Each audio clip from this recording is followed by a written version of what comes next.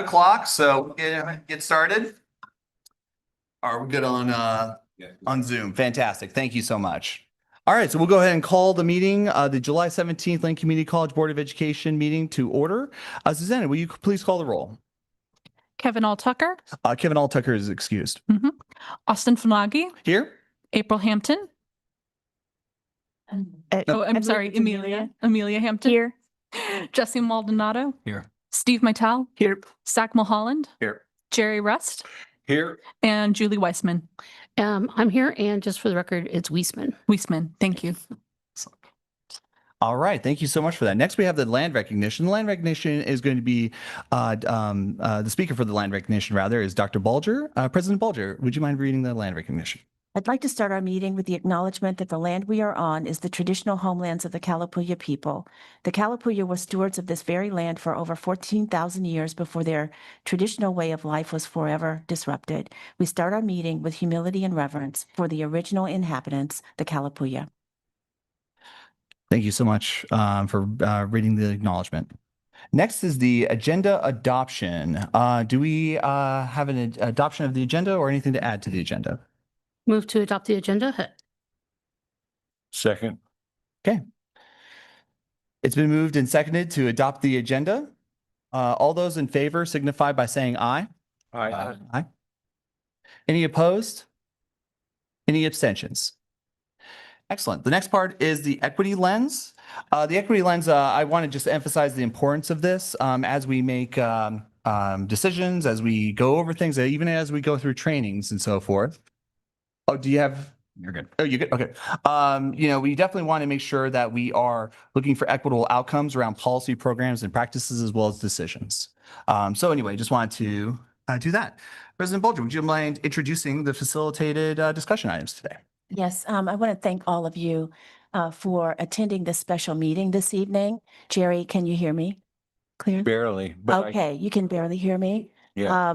Okay, I will speak up. Yeah. How's that? Okay. We really appreciate you all joining us this evening for this facilitated discussion.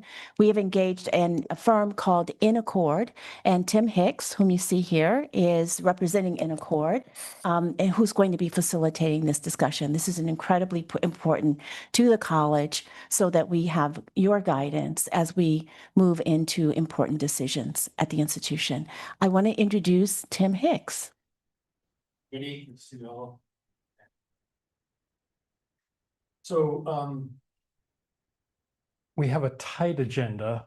The two main pieces are talking about values and priorities. And I see this as the opportunity for the board, because you're a new board, and I've said this to you all, but just to say it again here, kind of both an obligation, responsibility on the one hand, but also to help get you all on the same page about how you see the values and the priorities that you want to see, that you will use in effect and ask administration to use in evaluating the decisions that you have to make. Values is always a little bit of a difficult thing to talk about because it's a little, priorities are so much more specific. You have the values, as I noticed here and I saw in the adopted budget.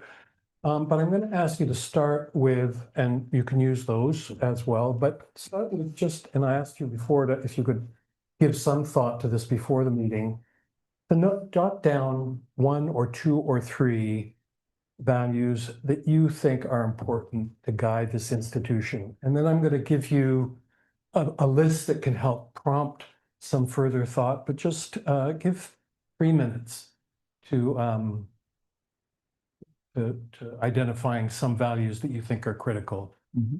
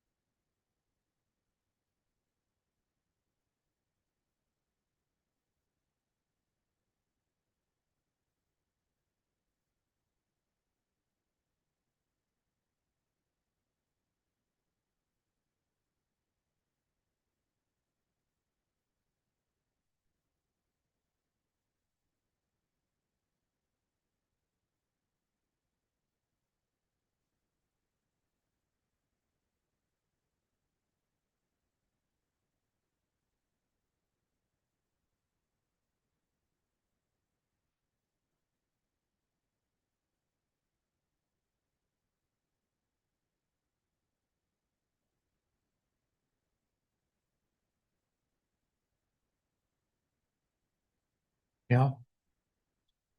Well, I'm gonna give you. This is not a definitive list. There's no definitive list, but just to help. Kind of, Thank you, by the way. Good to meet you. yeah, good to meet you. Yeah, again, in person after Yeah. our conversation.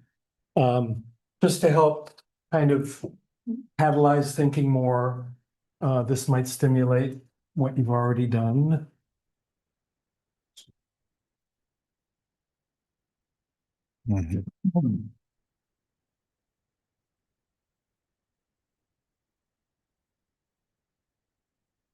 Let's see if any of those prompt thoughts of other values or reflect on the values that you'd already thought about.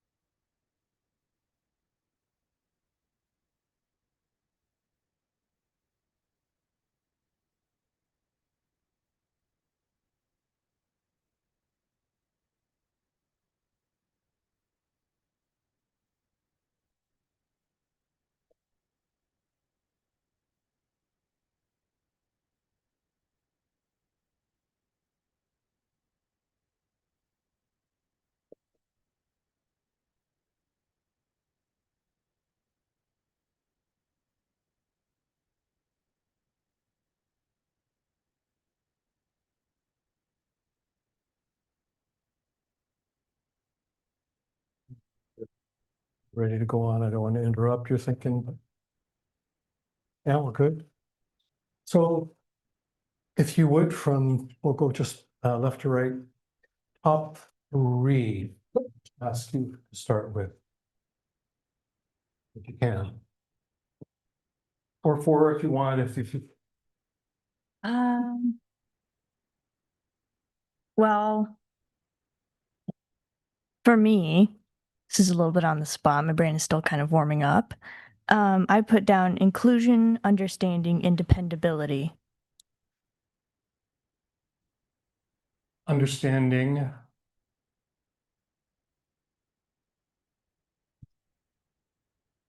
And what? Dependability. Dependability. Gosh, I feel like the rest of us don't need to go. That's perfect. I'm just kidding. Thank you. I had inclusion as my second one that I mentioned. I wrote down first. So my first three that I wrote was equity, inclusion, and trauma informed. Equity. So Well, equity and trauma informed. Yes, both of them. I think a trauma informed lens is something that's critical, especially in today's world.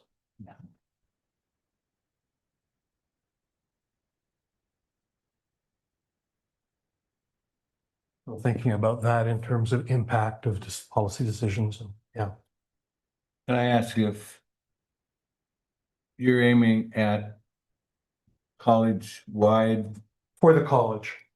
not the board? No, well, presumably it would apply to the board, but yeah, really the focus on what the college wants to embody in its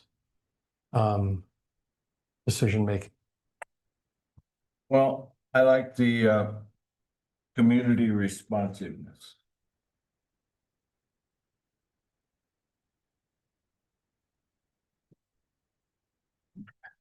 And integrity and transparency. That's good enough.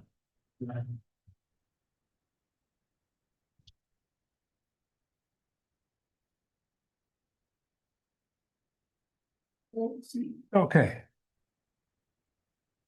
Opportunity, stewardship, and community.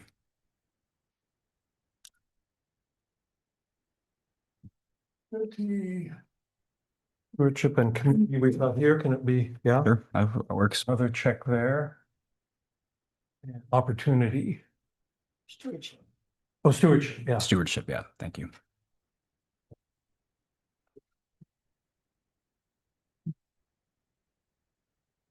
Steve? Um, well, it's tough to pick just three from the list, but If you want, nonetheless, that's okay. that's the assignment. So, given the assignment, I will say access and affordability. Affordability. Can I just put affordability? Or you want the access? Kind to do. Yeah, yeah. Student success and equity. Like Jerry, I also underscore community responsiveness.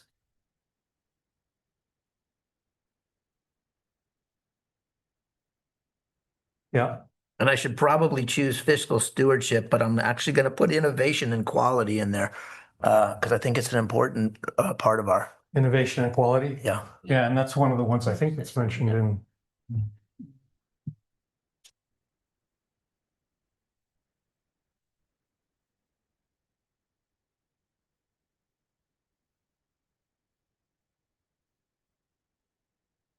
Academics, Academics. excellence in academics, excellence in academics, or Excellence. quality Yeah, I academics. was going to ask you for. Excellence. Fiscal stability, And have we got fiscal? No, we don't. Fiscal. Yeah. public service. So.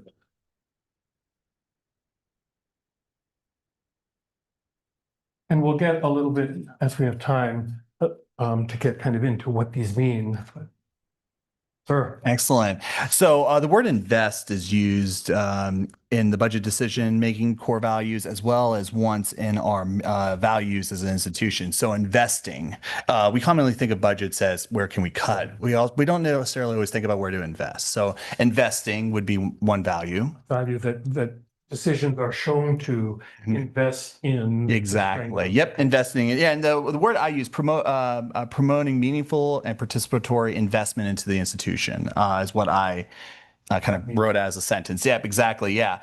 And then participatory governance. Yeah. And working together with stakeholders.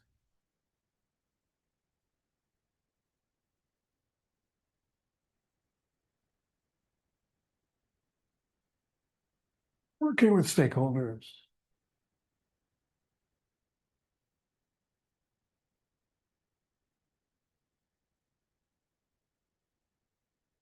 Okay. Now, if you were to be asked which three of those, and we won't lose these, you won't lose these, but if you were to be asked, what three would you put your check mark beside to say to these individuals, but also to yourselves, what three do you think rise to the top? And it's a really, in a way, ridiculous question, but because you presumably want the college to embrace all of these, right? And yet somehow, the reality of life, there's going to be some prioritization, there's going to be some trade-offs. What are the ones that you would want to really emphasize? She'll make us go first again. We'll start here. Yeah, we'll start here. Participatory governance, especially on a board role and level and stuff like that. Yeah. Oh, okay. Yeah. Anything else? Three from the list. Okay, gotcha. Definitely equity. Fifth one down. Yep. Yep. And second one to the right, student success. Yep. Okay. I would tie excellence in academics to student success. Those are sort of the same in my mind. Student success and this Yeah. kind of same. Mm-hmm. You want me to put a dot here or is it? Either way, either one. Yeah, okay, yeah. I was happy with my answers. Yeah, which remind me which they were. Fiscal stability and public service. Fiscal stability. It's okay. Makes sense. You like That's my point. that. Yeah, based on what you said, I was wrestling with the one, if I had to choose between, let's do this innovative and being fiscally responsible, I would have to choose the fiscally responsible, right? On behalf of the college, like, okay, that's, so I'm changing that one after having thought about that. So I'd Yeah. say that one, So fiscal stability. I wouldn't like to make that choice, but if I had to, I would. Yeah, And then the other two I would underscore, check mark, are the student success and equity, and which was combined. Zach just kind of combined it somehow. So I double, triple check that one wherever we're at, and the access and affordability.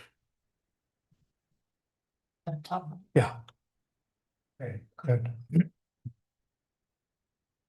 I mean, you asked what I wanted, so those are the ones I wanted. But no, I mean, I see opportunity as something that is like an umbrella term, so it comes with a lot of it. The opportunity, I think, is just we have a lot of opportunity here at this institution for a litany of different individuals. So opportunity, top for me. Yeah. Student success. And can you say a bit more about that, what that means in terms of, you want decisions to reflect opportunity? What does that mean? That we don't lose sight of who we're serving here. I think, and that ties into student success, but like, it's not just for students who are right out of college. It's not just for students who are still or going into college, or students who are still in high school, or students who are coming back to change a career. Like, we got to keep in mind that we are serving a wide breadth of individuals at this institution, and we should keep that opportunity kind of broad reaching. Yeah. Just, can I ask it, just a follow-up, if you don't mind, is that different in your mind from access opportunity? No. Yeah. I mean, Yeah. I don't, yeah, I think those are synonyms for sure. I'll go with community responsiveness, Right. integrity and transparency. And I'm over to the innovation and quality. Okay.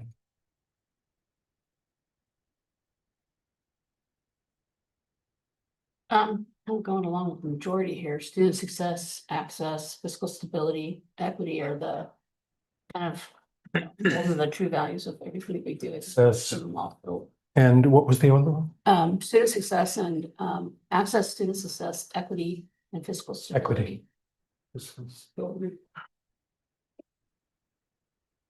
I put a dot here. I've got a mistake. No, No, okay. Yeah, I think, student success in that, they'll kind of go. yeah. Okay, now, You got one more?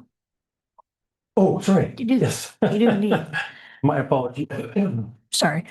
For me, it would be access to affordability, community responsiveness, and integrity and transparency.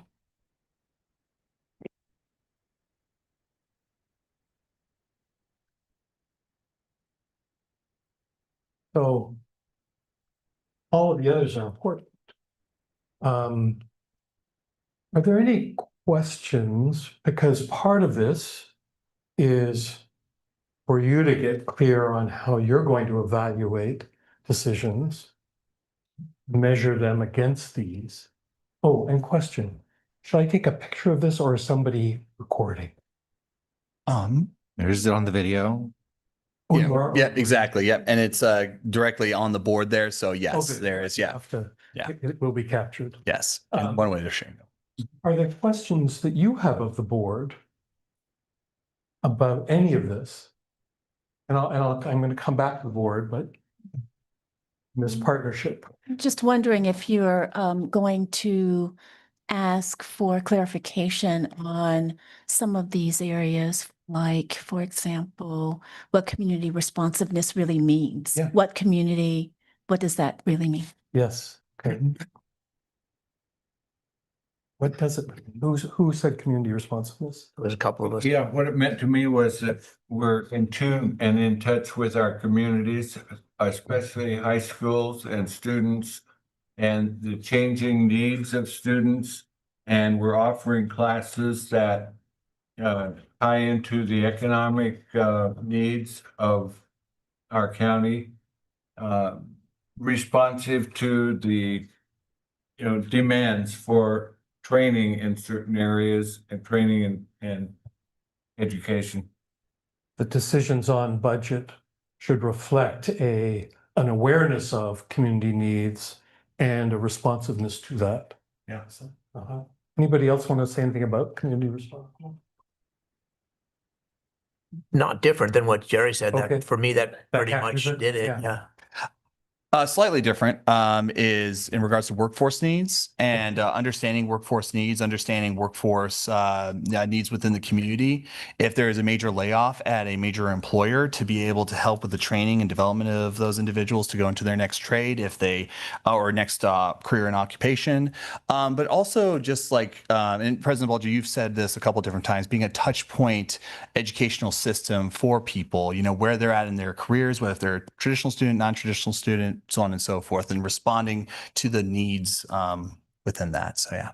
In a way, it's what I hear you acknowledging is that you're such a critical part of the community. It's the college, and you want to be a factor that supports the community, improves the community, enriches the community, responds to its needs, etc. We are the community's college. Yeah, community college. I think this ties to the piece about public service. Say that again. I think this ties to the piece about public service in that, responding to the community needs around, economic, workforce, cultural needs, yes, but also we do things for the community, working with low-income housing providers, having a low-income dental clinic. There are things that we do that help the broader community to live its values and support the community. And I think that that's important for us to live as well. Yeah. Yeah. Thank you. That's good. So I want to do the same exercise with some of the others. But before I do, are there any questions? No? There? Okay. Any question for any of you about all of this? Yes. I was wondering, Julie, if you could clarify what you mean about trauma informed. What does that mean to you? Well, I've been working in the domestic violence services area for 8 years and have come to understand that all of us have, especially since COVID, it's gotten even more impactful for all of us in that we have harm, we have trauma in our lives. It impacts our everyday as we walk through the classroom, as we try to go into the workplace, as we just step out of our car for the day, that we carry along with us our trauma. And when our institutions and when we think through those lenses, it's kind of like the equity lens in a sense, but a trauma-informed lens is one that recognizes that we are flawed humans, we are harmed humans, we are whole humans. And so we're not a particular ideal that can leave itself at the door when we walk into a schoolroom, a classroom, or into the workplace, that we bring our whole selves with us. And so trauma-informed lens is just having some compassion, empathy, and support and empowerment. And that's the best way I can say it right now. You want an institution that's sensitive to that and aware of that, paying attention to that. Yeah, I think we are. I mean, that wasn't to be that we aren't doing it, but it's just, that's one of the things that's a priority for me. I always look up. Okay, yeah. And presumably that decisions, hard decisions, at least somehow take that into account and recognize if there might be an impact. Right. Yeah, that's where it comes in. It's like, are we being equitable is always a good question, but what's the impact on the other side? And sometimes that has a bigger impact, and how can we mitigate it? What can we do to provide additional support services? Yes, we might still have to make this decision, but what's on the back end of that to support students and or faculty or whoever else is going to impact? These aspirations are so important in guiding decisions. There's that line that I've always loved that I heard, I don't know, in 9th grade or something, from some poet. I think it might have been Pope, but I'm not sure. That as he put it, man's reach, but I would translate it, people's reach that exceed their grasp. You can't always get all the way, but you need that goal. Wordsworth. No, I don't think it was Wordsworth. No, I think it was Robert Browning. yes, I think you're right. Yeah. So let's try and talk about some of these others, particularly the ones that you've highlighted. So let's just start with this access to affordability. what can you say about that will give more specificity, clarity to what that means? Mhm. You need to do. No, I thought that was a hand. Mhm. No? No, sorry. Oh, yeah. Yeah, so that means to me, obviously, do our best to keep tuition affordable, but also at the same time, make sure that people have access to, for instance, like the STEP program, which helps pay for schooling, transportation, a variety of other different like basic needs resources. The Pell Grant has been expanded by $10 billion to include short-term training and stuff like that. So these are programs that can help alleviate many of the costs of education and give access to individuals who usually or may not have access to affordable education or to education in general to be able to access that education. Yeah. That ties in maybe to equity, opportunity, And student success. and student success, Mm-hmm. and but also fiscal stability. Yep, exactly. Yep.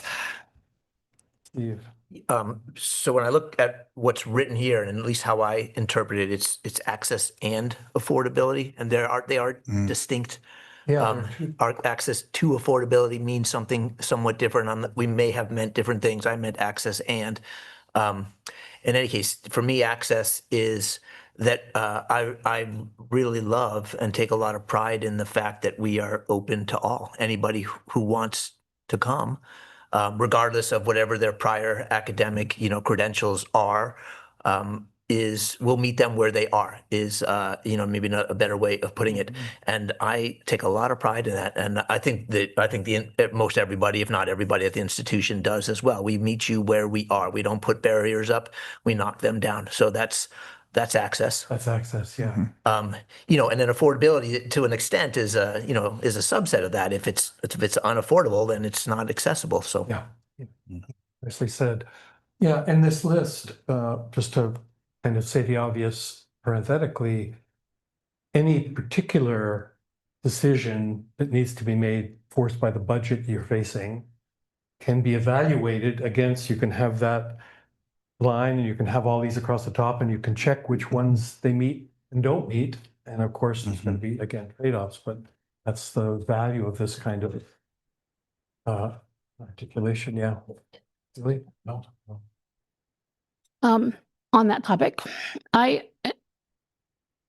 think that one of the values that we should adopt is that, we have the equity lens that we want to provide, but I think that we need a lens that says tuition is the very last thing that increases in budgetary considerations. And that that we're the highest in the state. We know that there's challenges. We have unhoused students. We have students with food scarcity issues. And so we can't be in a situation, it violates my own core values. We can't be in a situation where we are having conversations about increasing tuition when we know all that's going on. So I think that for a value is that if we're going to put student success first, then we need to put student tuition at the bottom of the priority list. So we do everything else before we ever get to that conversation. So that's just one of my kind of core values about it. Yeah, I hear that. Can I push back a little Sure. bit and question? It sounds like, a decision about tuition, whether to raise it, lower it, or keep the same, needs to be evaluated against these values. Yes. Yeah, so for our purposes here, we probably wouldn't put, don't raise tuitions, but what you're saying is really important Yeah. Yeah, okay, it makes sense. Mhm. Great, okay, yeah. Awesome. Actually, go ahead and go, Zach. Well, maybe I'm pointing out the obvious here, but these things are in conflict, right? Student success, you want to spend more money on student success, that costs money. You want to keep tuition low, that costs money. Fiscal stability, it's the balance of how much money in, how much money out. So if we want to be fiscally stability, it directly ties to how affordable we are, how much we can spend on programs, so it's not an either or. All of these things are interplaying with each other all the time. Yeah. The kind of what you're saying is this is life, right? The challenges of finding the optimal path forward, given that it's not the perfect. Yeah. But what's that saying? Don't let the perfect be the enemy of the good. Thank you. Absolutely. Yeah. Yeah. So what other oh. ones on this list could use some clear? Oh, awesome. My apologies. On that same topic, so I shared that same value when I was on the board of directors at Klamath Community College, where we did not raise tuition 3 of the 4 years I was on the board. And as an individual who was from the millennial generation, my generation was loaded with student debt and so forth. That was a value that I had. But I also saw the results of that too. I saw staff taking on 3 jobs at the same time. I saw student services cut and cut and cut again. I saw various programs that were very valuable to the community even get cut. So absolutely, I had that same mentality of like wages and tuition is the last thing. But I also saw in those 4 years the negative repercussions to students. Yeah. And that's not a but. Yeah. That's an and, right? Sure. Yeah, absolutely. Yeah. It's not contradictory. It's definitely not contradictory for sure. Yeah. And that's the challenge. You're Mhm. balancing these different. Mhm. Okay. Well, but maybe not now, but yeah. But I think my emphasis for you is that it's both and. It's true what you're saying, that because of affordability and access, and maybe some of the other things here, equity and but it's also true what you're saying because of fiscal stability and maybe excellence in academics maybe be tied. Yeah. So Yeah. this is the challenge you face. And this is why just both the work you do and the partnership you have, which I keep on emphasizing to all of you, is so critical. Mhm. So are there others on this list? We don't have time. We probably should stop around 22 or quarter to on this section. But are there any others that you think are really important to clarify, either here or on the board, that you kind of want to dig into a bit more? I'd actually like to hear the board members, my fellow trustees, talk about their interpretation or meaning of equity and how it applies to this Yeah. conversation What does around that mean? fiscal stability and affordability and student success. Yeah. Do you want to say anything about what it means for you? No, No? not right now. Yep. Anybody who put equity on the list? What's that? I mean, it's a big word Mhm. and it can mean lots of different things. Yeah. Equity to student success or equity to success, meaning that no matter who you are, where you come from, that you can be successful here, having equity to that success and to resources to help you remove barriers. So recognizing that, it's that part of that conversation, the difference between equality and equity. Yeah. Yeah. Mhm. That help a little, but more. Wanted to hear, we just say the word a lot. We don't say anything about it.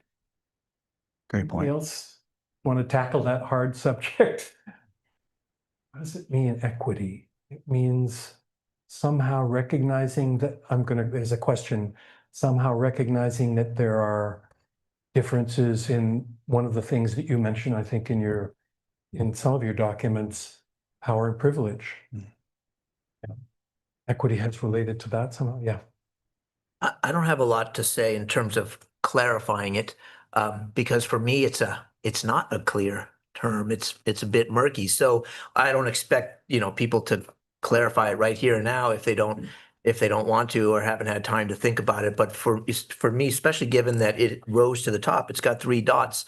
I would like to hear more over time, doesn't have to be now, from fellow board members, because I am not, it's an important word. I get that. So, I don't want to sound like I'm somehow opposed. I'm not. Yeah. But I'm not clear on how we as a board would, champion that value or express that in our preferences, et cetera. So hearing more from others would help me. Yeah. How can it be a useful term? It might be that it'll be a little easier if you were looking at a particular policy decision. It might be easier to say, how does that relate to at least our understanding of equity, even though that can be a bit fuzzy in the generality. Here, and then Jerry, did you have something also? Jerry, Pardon? did you have your hand up? No? No, okay. I'll sorry. go after Amelia. Oh, you were pointing Yeah, here. Okay. Yeah. Cool. Thanks, Amelia. I'm going to agree with Steve on that one. It is a very vague term and it can apply to a lot of things.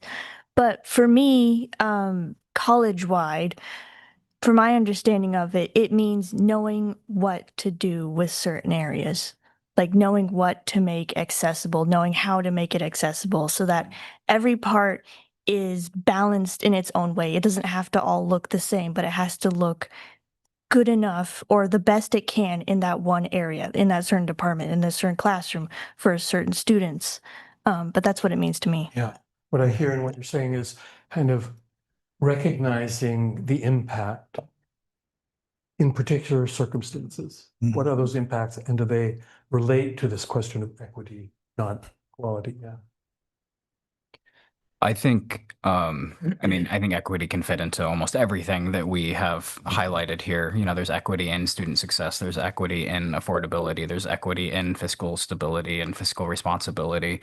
I actually did a tour of campus today, and one of the things that reminded me of going back to that was when we're in the building with all the student affinity groups and the things that, you know, folks that may feel underrepresented in, you know, for whatever reason it may be, as a first generation college student. Like, I had no idea what the hell I was doing when I was going to college. I didn't know how to apply for college. I didn't know what I was doing on day one. Like, being able to have that equity that, you know, opened it up for people of whether it's first generation or people of color, or people who historically have never gone to an institution of higher learning, like having those equitable resources for them, I think is such a foundational piece of being, especially a community college, that is trying to break down the barriers to entry for higher ed. And so I think that's what equity, and I think it fits into almost all of these.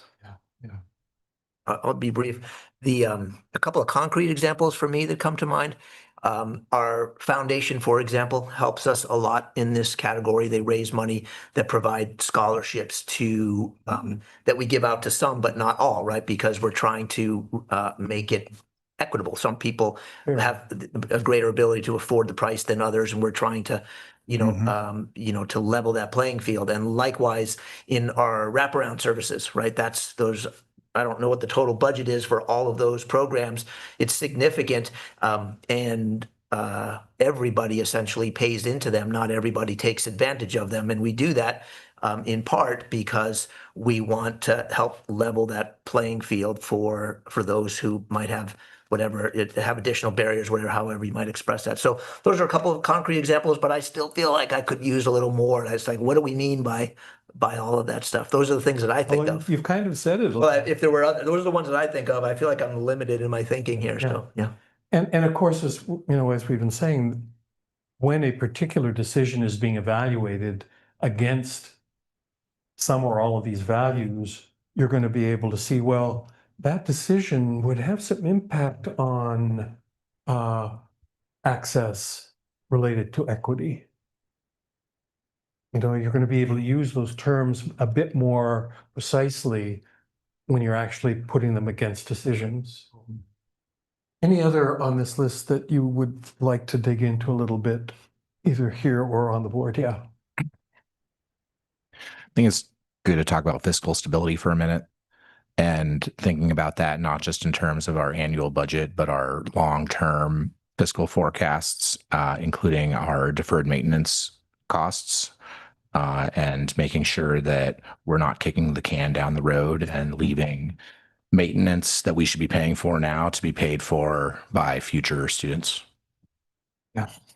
Yeah. Again, kind of what you're highlighting is the trade-offs, impact of one decision, of a decision on one of these, and maybe in a contrary direction with others. So those are the hard, to say the obvious, the institution right now, I just heard, a month or so ago, whatever it was, what you're facing with your budget, and that's a hard time. And, one of the things that, can I just very quickly,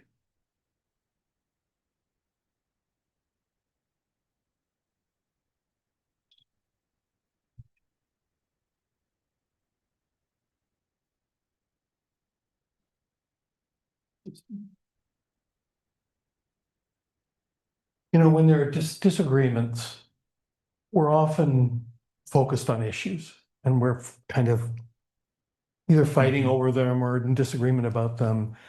But in resolving problems, it's key to understand what the source of the problem is. If the source is at the relational level, there's not good communication, there's not respectful communication, there's not open communication, then until you solve that problem, these are just going to keep on coming up and you're not going to resolve them. Yeah.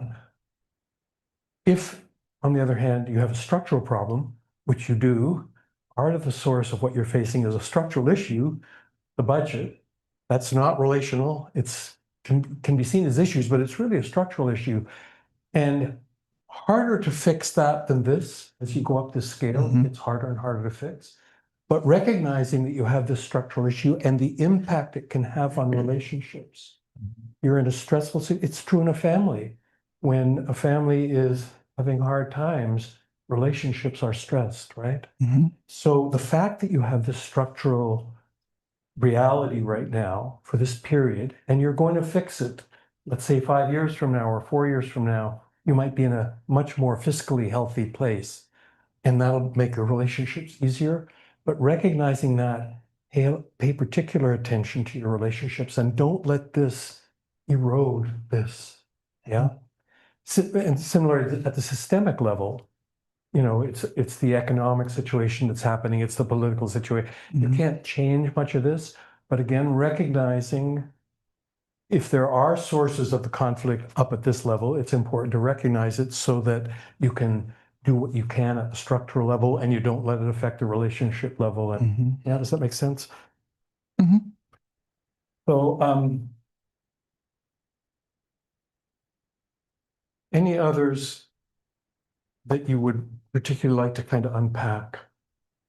I could just ask clarification on access to affordability or access and affordability, and it could be both. I hear it's both. Is that what you're saying? That it's, you want affordability, which affects access, or, yeah, so answer to that question.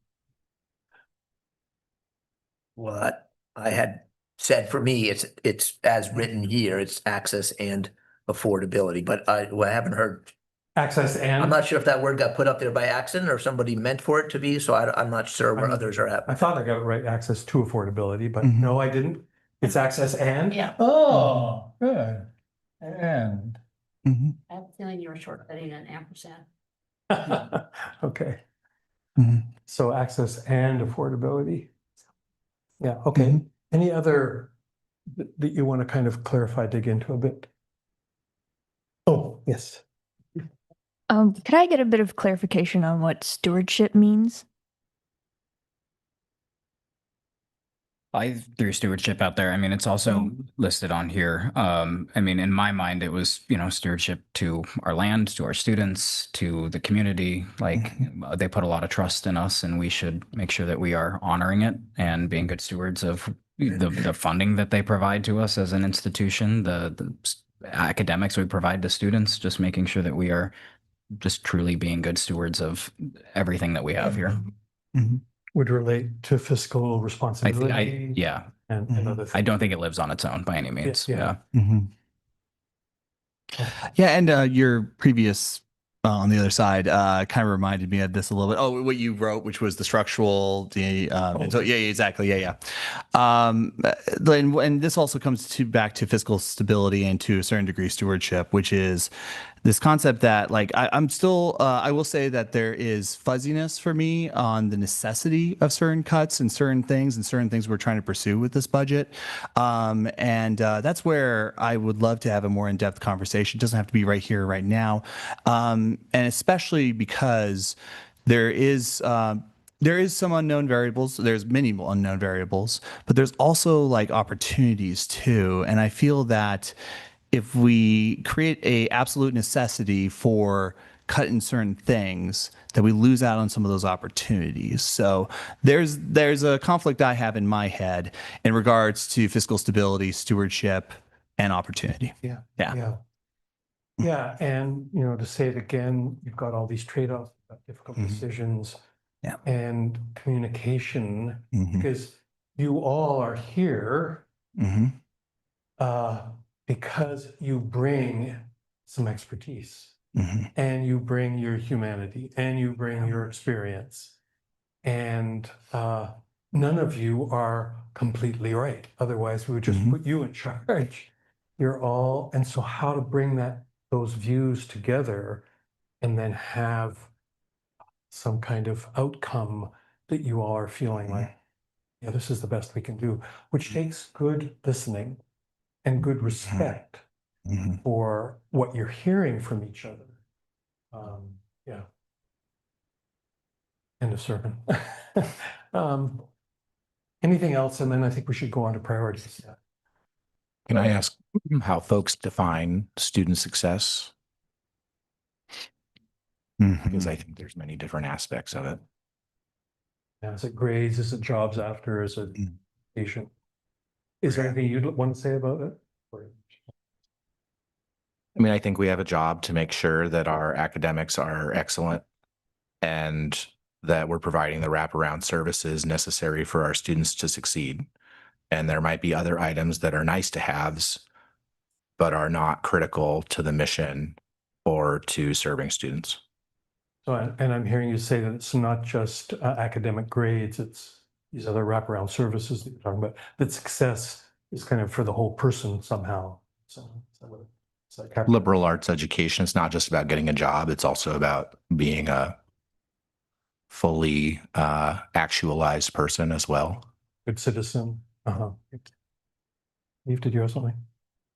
Yeah, that's a great question, by the way. And I think it's one where we, and by we, I mean board, but also, staff, faculty, administrators, we need to listen really. So, student success is to a large extent defined by the students, right? So are you feeling successful? What does that mean to you, right? I might decide that, student success means, I don't actually do this, but just to give an example, that you get through here in 2 years and you head off, you know exactly where you're going in life afterwards and you land a job in 6 months. I don't actually define it that way, but you could, and I think that would be a mistake, and for some certainly a mistake if that's how we defined it broadly. For some students that might be exactly what success is, but for others it's something different. And so we are trying to cast that very broadly so that we can provide a successful experience for as many students as possible in as many ways as students would define that. So that one for me is heavily determined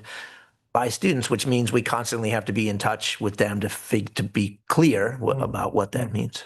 Austin? Oh, well, actually, no, I'd love Amelia to go first. Yeah. Well, as a student, student success to me means while you are a student, you are succeeding, whatever way that is. Academically and other ways. Just while you are a student in a college, while you're getting your degree, it's neither before, it's neither after for me. It is while you are a student, while you're in here, getting your grades, getting everything you need. It is being able to access food, access basic needs, being able to pay off your grades, being able to just pay for everything, just being successful as a student. It's helpful. So, And Austin? the vision and mission actually kind of defines it a little bit, which is equipping and encouraging all students to participate actively in building a socially diverse, just, and sustainable society while cultivating connections to local, regional, and global communities. That seem broader than what you're saying, or a bit broader? But I do also agree with Steve that it does depend on the individual student as well. Just obviously a very broad definition. Yeah. Good. Okay. I think we should stop this. It'd be good to go on, but we don't have enough time. Any last words on this? And I'm sorry for my phone. I'm assuming that you'll have this whole list. You're responsible for making some decisions. I know that there's question and conversation, maybe to some disagreement about the structure for that. But in any case, decisions are going to have to be made, and you've got this against which to evaluate those. And just emphasize one more time, it's going to be hard because you're not going to be able to satisfy all of these. So you're going to be weighing these different ones and which are most important, and different of you will have different perspectives on which are the most important. And that's not a bad thing. No, yeah. It does come down to, and I'll just say this parenthetically, to your decision rule. And if you all know what that means. Please elaborate. Decision rule means, in the end, when there's not just, when there's not agreement, after you've had really good, robust conversation, who makes the decision, or how is the decision made? Because if you don't have that solved, you're just going to have ongoing conflict, right? You need agreement on decision rules. I don't, Okay. I don't know if we do, but we can come back to that. No, you may not, yeah, and that's an institutional thing that over time and Mhm. whatever, yeah. We can't deal with everything now. And can I erase this and not lose it? Yes, yes, thank you. Okay, now thinking about priorities, I'm going to ask you to do the same thing. To take 3 minutes to and it's hard to not get specific when you're thinking about priorities, about particular programs, particular services, in the college. But what priorities do you want to be, what do you not want to lose in the difficult decisions where there are going to be some cuts? The priorities in this institution you want to maintain, want to hold, that after the new budget is implemented, there's been less impact on those that you think are really important. And then I'll give you, again, a little prompt to help you thinking about those. What comes up to start with?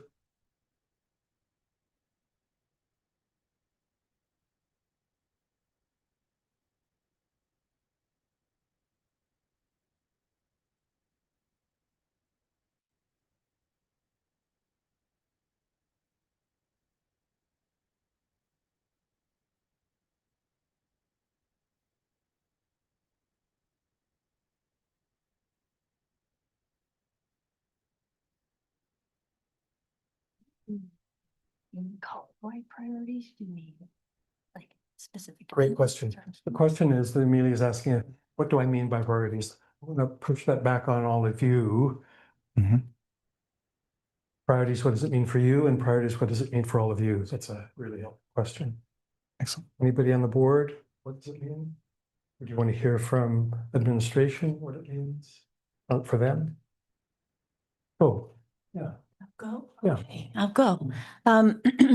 Priorities do connect with the values because they help us define more clearly what the values are in terms of the priority. So student success, for example, a priority could be you want us to prioritize, I don't know, retention and completion. That would be a priority. More specific language around it helps to have more specific language around the goals or the values. Yeah.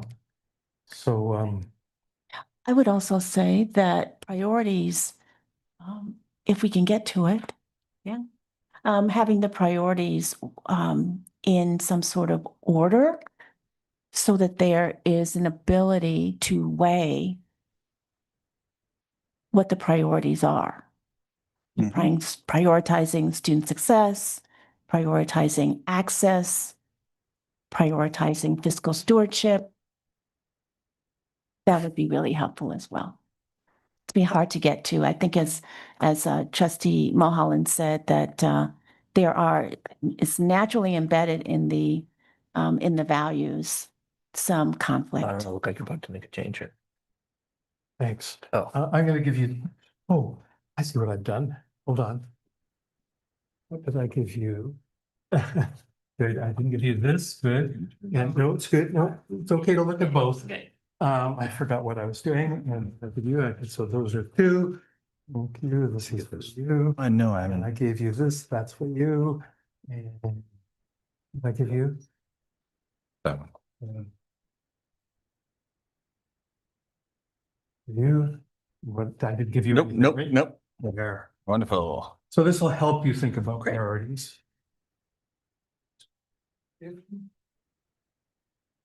Oops, I think I gave you. Two there.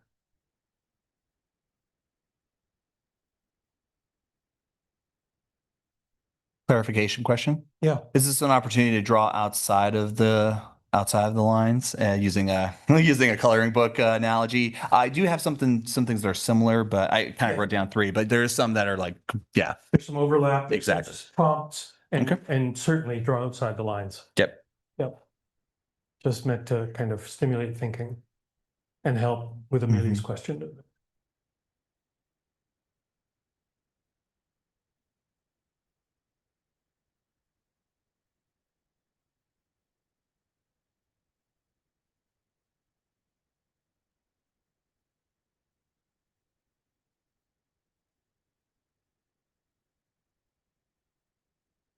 This is sort of worded, or sort of all framed in terms of how to manage budget cuts. Is that where we're going right now? No, there can be priorities of any sort. You're not going to specifics. This was drawn from ChatGPT.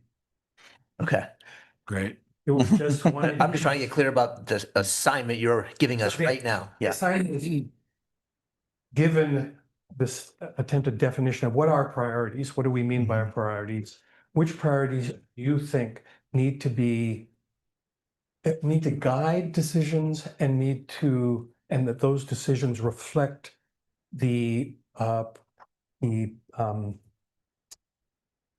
sustaining of those priorities, the maintaining of those priorities in the institution. In other words, you don't want decisions to be made, if possible, that erode some of those priorities for the institution, whatever those priorities might be.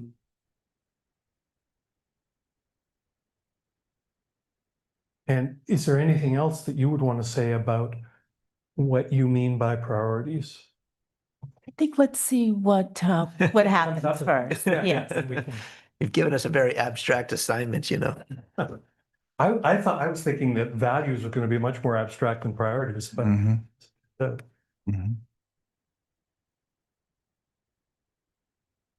what's important, what's important that you don't want to lose?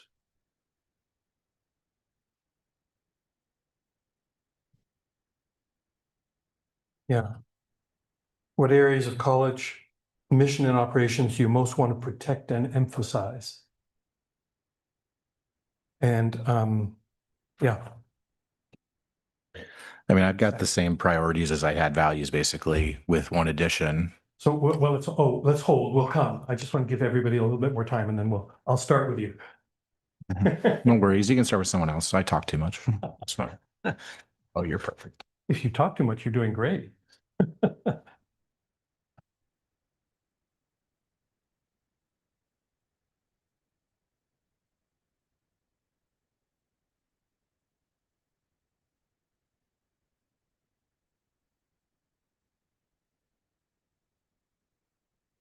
ChatGPT list is pretty good.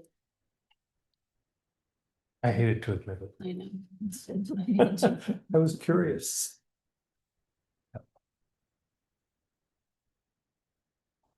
We won't go down that rabbit hole. Does have some impact on education. Yes.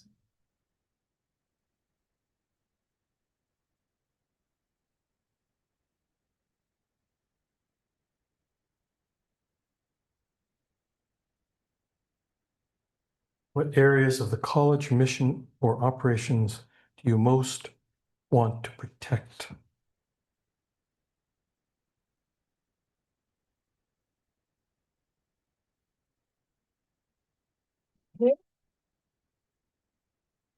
In a way, the values have to do with what's underlying the decisions, and the priorities have to do with the actual structure of.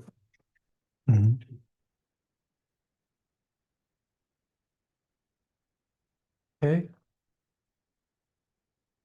Zach, would you prefer not to start? No, go ahead. Go to somebody else. Okay. Who would like to start? Carl McCall. Good, Amelia. For me, my top 3 priorities that I put down was health and wellness. That meant not only the health and wellness center, but the health and wellness of the students overall. Students, you say? Yes, Yeah. of the students overall. And And second I put down was people, putting students first, and also putting staff and faculty that support students first, like directly support students. So is staff and faculty a separate one or related to? It's related to students, yeah. Okay, yeah, so sufficient staff and faculty support. Mhm.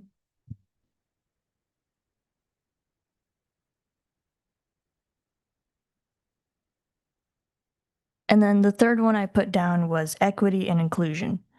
Because I know, yeah, because I know political times are interesting right now, and maintaining the values that we have and hoping to broaden them.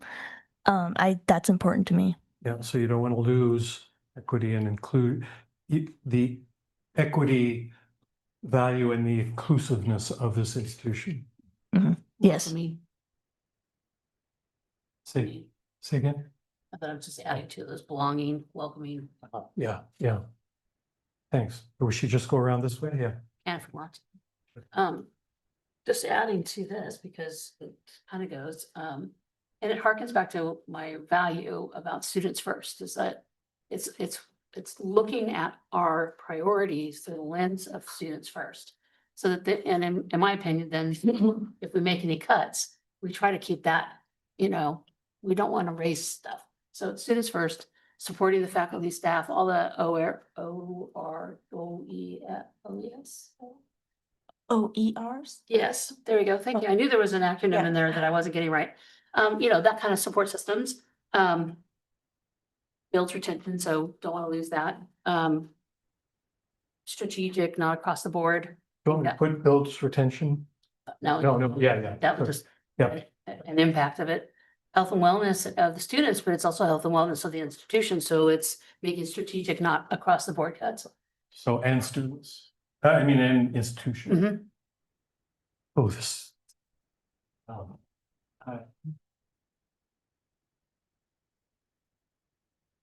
And then I still think that our priority should be community responsiveness, because I think those external partners is going to be the a key that we don't want to lose that inside of all the stuff that we're doing. We have such great CE in this college, in this community. So. Okay. I'll go with the community responsiveness. Well, community engagement, work with the high schools. And so that's a priority. Yeah. I've got a high priority on the academic areas of healthcare that we provide at the college. Dentistry, nursing. Oh, I see. Yeah. So it's more, I got too specific. no, I don't know. I think there's something to capture there. Mm-hmm. Somebody has something to help. Excellence in academics. Say, Excellence in academics. Would that capture what you're saying, or is it something different? Excellent. Aging, healthcare, Mhm. dentistry, nursing, Yeah, that whole everything that has to do with health. So a priority, what I hear you saying is, this institution, part of its service to the community is addressing those kinds of issues and Yeah. supporting those kinds of issues. I think it's one of our strong points. And so you don't want to lose that. That's a priority. Yes. Okay, so, health education, Okay. Yeah. Sounds good. Jerry, just Yeah. clarification, if you don't mind. yeah. Yeah, I'm not challenging it, just I'm trying to understand, that's all. Are you saying that that's a priority for you because you sense that that's a community priority, or because it's a longstanding strength of the institution, regardless of whatever the community needs, and we ought to maintain it? Both. I Yeah. think both. Yeah. Okay. And also, we're getting older. We're gonna be- As a society. Think about self-serving. Yeah. And then I've got the unmet student needs, the wraparound services, the marginalized, Student wraparound services.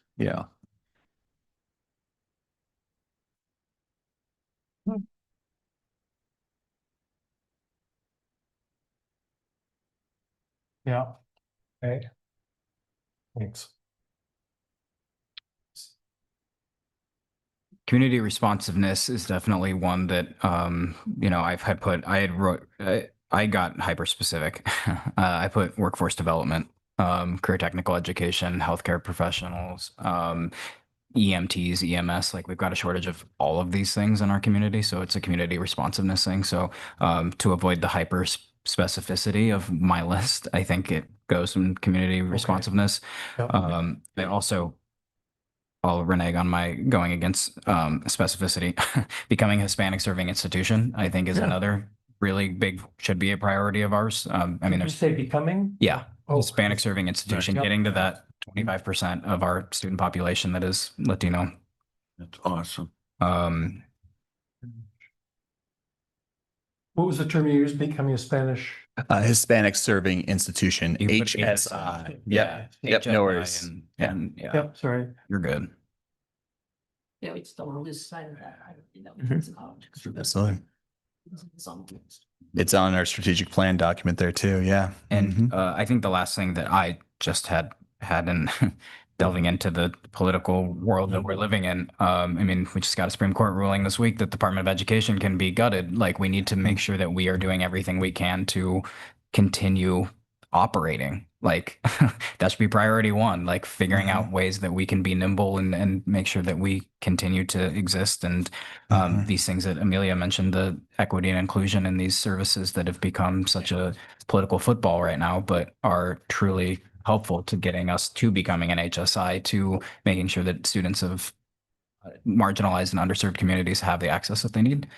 We shouldn't lose sight of that as a priority, I think. How to capture that because it includes physical sustainability. Maybe it wasn't too much of a filibuster, but that's, I think, I mean, you want the ongoing health of the institution. I think That's a it still priority. goes to number one too, the health and wellness of students in the institution. institution, I, yeah. I Okay, feel we'll put it comfortable with there. you doing Yeah. that. Yeah. Yeah.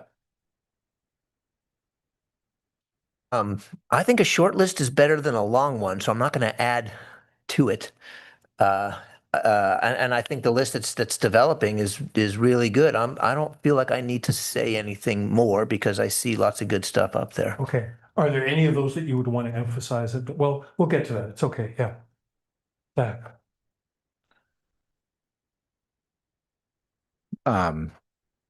Where to start? Student success, focusing first and foremost on academics. Here. Yeah, that's fine. Yeah. Fiscal stability, which I think could be the wellness of the institution. Yeah.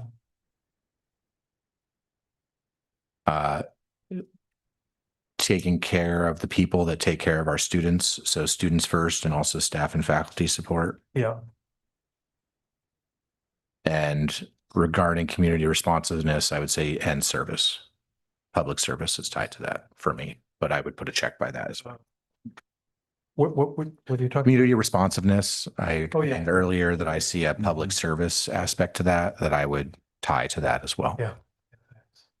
Austin. Excellent. I'll read what I have and I think I can place it in certain areas here. Preserve student services, specifically around wraparound services. If you just do a plus wraparound services behind health and wellness. Yeah. Oh, at the top. Oh, sorry. Here, student wraparound service. Yeah. Yep. Student representative. So, I didn't see that one. Oh, I apologize. Yeah. So essentially, preserving that is really critical and essential to our student success. Value, investment, and opportunity, and not just cuts and losses. That doesn't necessarily fit into a particular category, but essentially that concept of let's invest in areas as well, and partnerships and stakeholders. Yeah. Specific. Totally. Yeah. So like, for instance, if we're like, I'm using this as a hypothetical, of course, if we were to like cut programs and stuff like that, while at the same time there's Pell Grants to help with paying for short-term programs and education and stuff like that, that limits our opportunities to serve those students and bring in those students. Essentially this concept of having an investing mindset as in regards to our budget and institution. Yeah. So, Mhm. can I put investing? Oh, 100%. Yeah. 100%. Yep. Okay.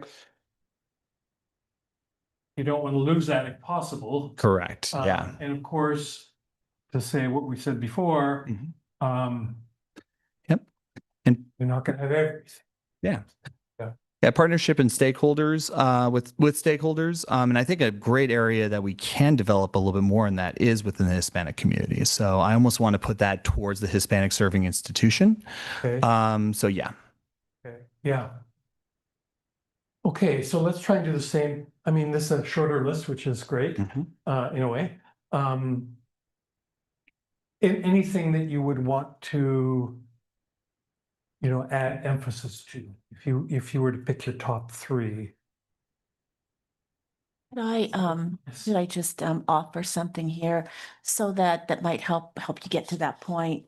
The priorities usually have some sort of qualitative value added to them. So so qualitative words like preserve, retain, those kinds of words happening at the beginning of the priority so that there is an ability to discern what the priority is. So I'm wondering if some of those words could be added to these. Some of them sound like values, which is fine. Which ones? Because it connects right to values. There was one, the equity and inclusion, community responsiveness is taken directly from the values Yeah, that were talked about. yeah. But some of those qualitative words would be really helpful here. It's the quality of taking precedence over others is what I'm Yeah. trying to navigate there. Yeah. And I was, well, the thing that I read, I think captured one of those words that you just said. You most want to protect or preserve is what, yeah. I'm assuming that protecting or preserving applies to all of these, but are there, yeah, cool. The reason this came up for me also is because, and thank you, so Trustee Rust, for talking about the health programs. And so what it brought up for me was, does the board have an interest in Lane Community College still being a comprehensive community college or prioritizing health workforce programs over others? And what I hear, a great question, and How would you characterize us now? As a comprehensive community college. That means we offer GED programs, ESL programs. We offer one-year certificate programs. We offer art and other transfer programs. We offer, and the trades. Do you feel there are centers of excellence that you could say these stand out at this time or not? I think the programs on the campus are by and large excellent. I think that they are, some are more direct workforce driven kinds of programs. Yeah. And Jerry, what I hear you saying in answer to the question I heard, which was, if you had the choice between those health programs and another program, would you let go of those programs in order to keep that priority? In other words, she's asking, would you prioritize that over another program? Maybe, Yeah, but I'd cross that bridge when I see all the, Yeah, right. how deep the water is. Yeah, so that, I mean, what I hear you saying is that it's a real important emphasis, maybe a center of excellence, but certainly what you see as a really important part of this institution, what it offers and how it addresses all the other values. Yeah, and I think the president was correct in saying, we need some qualitative adjectives that say preserve or enhance or maintain or things like that. So, getting the general things up there now is good enough for me. Yeah. Are there any other words besides preserve and enhance, Austin and then Julie? Essentially, adopt. So, like for instance, adopt investing mindset, for instance, towards the budget. But I would also say, like, there's certain aspects in here that are like, so for instance, like becoming a Hispanic serving institution. So that would be like essentially making sure that we have ESL programs, that we are investing in making sure that with TY, training unemployment insurance, that migrant seasonal farm workers that are laid off from their seasonal work are able to get into ESL, GED core programs, trades programs, our medical translation program, for instance. Yeah, anyway, there and some opportunities that give them additional economic opportunity. And that's also that kind of investment and adopting that investment mindset. Yeah. And in that is again, one of those trade-offs or the kind of competing interests, the becoming Hispanic serving institution and this, and not entirely in conflict, but Great. some tension there. Yeah. If you had a choice between losing one of the programs you mentioned. Yeah, I don't necessarily see it as a binary, and I don't think a board should have to. The board always should have choices and options, right? It shouldn't have a binary of do or don't. Yeah. Even in tough times. Yeah. And yet there will be trade-offs. Absolutely, yeah. Say, oh, this is more, we can't have all, this is more important than that. That's a hard thing to do. Yeah. Steve. Oh, sorry. No, it's all right. Oh, no, you were No, next. I go forgot. ahead. Oh, yeah. So, Okay. yeah. Steve. For me, this conversation is a little abstract. And we're, almost kind of building from whole cloth, which, I suppose is useful up to a point. So if others are finding it useful, then that's fine. I have to say that what I found really useful was when the president starts to give us trade-offs that she thinks the institution might be facing now or in the future, and is asking the board to help weigh in. So when she said, for as an example, I don't know if that was just a for instance versus an actual, would you rather move towards becoming, having a handful of centers of excellence or very specific focus, or being a comprehensive institution? For me, that leads to a more concrete. Well, the examples are really and real examples, because at the end of the day, that's what we're charged with doing. Yes. And so to make this more valuable for me would be to have some trade-offs that and you're our expert, that you see us as an institution facing in the short term, medium term, long term. And I mean, it's your job. I think that's your job to tell you, here's some things you're going to need to think about, and we have to make some choices. And here's why. And why, in all of the context. And the board's job is to say, this is on behalf of the community that we represent. This is roughly the direction we want to go. And then, then her job is to implement. So some specifics would be helpful. Would be really helpful to me. Yeah. I'd be happy to. I know that other trustees want to jump in. One of the things I think about is our centers, our locations around the county. And I've certainly made a commitment not to harm any of our centers. But I want to make sure that the board has that as a priority as well, that you wouldn't want any of those centers closed. We're talking about Florence and Cottage Grove, the Aviation Academy, the Downtown Center. All of those centers, I think they're quite precious as a footprint for Lane Community College throughout this community, and demonstrates the community responsiveness. So that just puts a finer point on what that priority could look like. But if the board tells me that no, we'd be open to that, then that's something that we would take into consideration. How and when can you have that conversation? Maybe now. What do you think? Do you want to start Just with to get the some, temperature from the board on. if what you it's had actually- got some specifics that Well, the priority that I just named is really connected to Big one. community responsiveness. And so what are might be the guardrails on that for the board? is there a way, and this may be a stupid question, and I guess we can get quickly. There's one way of looking at that specific, those satellite areas and how important they are. I'm presuming that, of course, everybody assigns some importance to them, but then would the question be, if you kept those, where would you have to go elsewhere to make the budget adjustments? You didn't make those. And is that something you can be thinking about, where are those trade-offs? I think I Well, hear that you. would be for the board. That would be really for the board, but I certainly, in my own mind, have prioritized that to Okay, leaving, to really strengthening those as opposed to harming those in any way, like, for example, closing them. So Yeah, I'm priority. putting that on the table. I Yeah. just wanting the board to give me some input on that. as a board, think about that, yes. I'm thinking on the fly here, so I reserve the right to change my mind, depending on what others say, as I learn from others, et cetera. But Good. so I'll throw some stuff out there for others to react to, et cetera.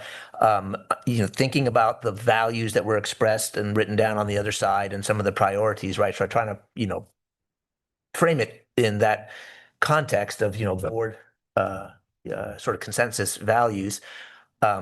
I hear the community responsiveness. I hear the, meet students where they are. That's not exactly the way it was written there, but that's how I'm thinking about it right now.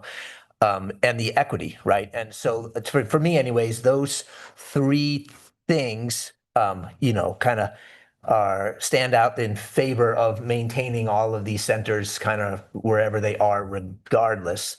And then there is this fiscal thing there too. And I think some of them, require some subsidy in order to stay afloat. And I think that's perfectly fine, by the way. I mean, that's what we were talking about in terms of equity, right? There is some cross subsidy happening. Everybody doesn't just exclusively pay for their thing and their thing only. We try to spread things out so that everybody has a chance. But there's a limit, right? I guess is where I'm headed. This is where my thinking is. Like, I'm supportive of maintaining a widespread footprint. And then What there's would sort it of like an cost? up to a point. There's some, we should subsidize that to a point in the interest of equity and access and success. But there's a line that gets crossed at some point, and I don't know enough, and I don't even necessarily want to go in that direction right here and right now. That's not what we're here to talk about. But for me, that's the balance. Like, okay, subsidy, okay, up to what, 5%, 10%, 20%. Sooner or later, at some point, if things are so badly underwater, then you have to make a tough choice. And what cuts you would have to make to support that. Amelia, I mean, Julie, I left you behind. I'm good for now. You're good? The topic has moved, and so I don't You're need to okay? go back in time. Yeah. Okay. Austin. One thing to again, we're talking a lot about preserve and so forth, but also opportunities for revenue. We have a grant writer now that's a part of our budget committee. There's other alternative areas of revenue. President Bulger, you've obviously have worked on a variety of different projects that allow for revenue to offset the need for cut. And again, this is where like the concept of necessities come into play there, is what are other alternative revenue streams, sources, and so forth that we can consider in order to not only keep these priorities, but also sustain the institution as a whole. Yeah. So- And presumably you have to have some measurement of how achievable those revenue streams are and when they can start to kick in. It's actually amazing when you look at all 17 community colleges, the different alternative revenue sources that have been developed over the years. It's fascinating, actually. And we can learn from a lot from each other. That being said, in regards to things that, and I apologize, I might be forgetting the word that you use, what we prioritize. Yeah. I would say finding alternative revenue sources is a priority for this institution. Yeah. Yeah. Don't mean to add a fourth one, but Yeah. I think in this spirit of prioritization. Yeah. Thank you. I Um, like that. Thank you. So that question that you asked of how important, that you got one answer from Steve. Anybody else want to answer that question from the board? How are you thinking? And as Steve said, you might change your mind with more information. Being willing to be uncertain is something I always like to emphasize. But anything else you would say about the importance of those satellites? I don't have much. I just think it really boils down to this community responsiveness of, offering specific things that help a rural place like Florence have healthcare professionals out there, right? Or a GED for somebody in Cottage Grove, right? That like maybe can't make the trip up here, or just that's what they got going on in their community and they need access to it. And I think it's a community responsiveness. We've got people that need it and we should be providing services. And I mean, that's the whole thing about a community college is being in the community and taking away that presence, I don't think continues us down this trajectory of being able to do any of these things that we're listing as priorities or values. So you're saying it's really important, high priority, which corresponds to your, okay. I will So it echo seems to me Steve's like anybody point, though, want to of- speak against that being a high I priority. think he was going to say a little bit more. I was just going to say, I've been on this board for 13 days, or 15 days now, I still have much to learn. So, Yeah, that's sure. my initial thought. Sure, understood. Zach, no? I would like sometime to get a real clear picture of what's going on in the satellites and how much they're costing us and what programs are being funded. And I have to say that it runs hot and cold in Florence. I go by there and I haven't really had a great opportunity to meet with the dean, and I'd like to do that sometime, but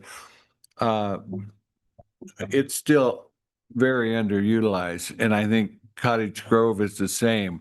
And so as we think about trade-offs, let's weigh, but let's see some real things. What are the programs? How much are they costing? How much does it cost to maintain that facility? I know when I was with the county, we had to close the library system which had gone on for a long time and made many tough trade-offs like that. Now, I represent the West Lane, so I don't want to see that closed, but I'd like to get a better handle on it. Yeah. Zach. Same with the airport. I'm going to repeat something that they just got at, which is that we do not have the information that we would need to have a hypothetical discussion about closing any one of these centers. Yeah. Right. I know generally about what goes on at the Florence Center. I know generally what goes on downtown at the airport. I know less about the Cottage Grove centers. I don't know about the costs and benefits of these centers and what the trade-offs would be versus closing other programs, which is why it's very important that as we make these types of decisions, the specifics of the decisions get brought before the board so that we can understand the decisions, and that if the public disagrees with those decisions, that we're well informed enough that we can defend those decisions and explain to the public why they happened. You'd like more information on. I think if we're making major decisions to cut programs, services, centers, etc., this board needs to have the time, the education to be able to support those decisions and defend them publicly. Okay. And I think it would be, Dr. Bulger, don't you? It would be a opportune time, maybe this fall, to maybe tour, maybe have presentations and really get a real serious picture of what's going on in the satellite report. Okay. Can I interject something here? Or Zach, could you? I have something else to add. Go ahead. Okay. So, you remember my little nested theory with issues, relationship structure? Two pieces of the structure that you're facing. One is the timeline you're facing, as I understand it, when decisions have to be made to meet the budget you pass. So that's a structural problem, puts pressure. But the other interesting structural issue that you face is when you have time to do that communicating and sharing of information and having conversations about priorities. As I understand it, you don't have any meetings scheduled in August. That's a structural reality, just to face it, that's going to make things, is going to have impact. Yeah. So just recognizing that. Now, sometimes you can certainly change dynamics of relationship. Sometimes you can change structural things that are getting in the way. If an organization is struggling at the relational and issue level because of poor or overlapping job descriptions, you can fix that. Some structural things you can't change. It sounds like the structural, and I'm not the one to say, but I have the impression that the structural issue of some of the deadlines you face for making the decision you have to make around the deficit aren't changeable. I don't know if that's true, but anyway, those two structural things are having an impact on you all. Julie, and then Austin. Yes and no, because we developed a budget around, like, for instance, the number of students that we enroll. Right, we have it scheduled for 2% increase in enrollment. What if it's 8%? So there's those. Yeah, so I will say that yes, there are timelines. Yes, there are. There's areas of urgency, but there's also areas of, like, information that we don't have right here, right now. We will have, and be able to, again, have that information and then make a decision as a board because of those realities and information and so forth. Again, kind of like looking at the necessity of things. But Yeah. sorry if I'm repetitive in that, but yeah. Does the board need any more information than it has on the time pressures that exist if they do? Would that be helpful and useful for you to, or maybe you already have, maybe you already know, I don't know, I'm new. I think we're going down a kind of a curve here. We're talking about priorities. We're trying to put some, qualitative words in front of it. And now we're into a debate about a budget that's already been passed and approved, and a debate and concern about certain members wanting this meeting to be different than it is. So I just want to bring us back to this, that the community responsiveness is really the driving metric for how our satellites work. Satellites are not designed to be zero sum. Education isn't zero sum. We hope it would be. It would be nice if we could, but we don't put a student in the room and then go, oh, we got to, cut that room down because it didn't pay for itself. So subsidy is going to happen. Yeah, if it's not paying for itself, I think we have to, like 20% or whatever. But we're about to face some pretty significant realities. Tons of people are being laid off. Thousands of people are being laid off in this Trump administration.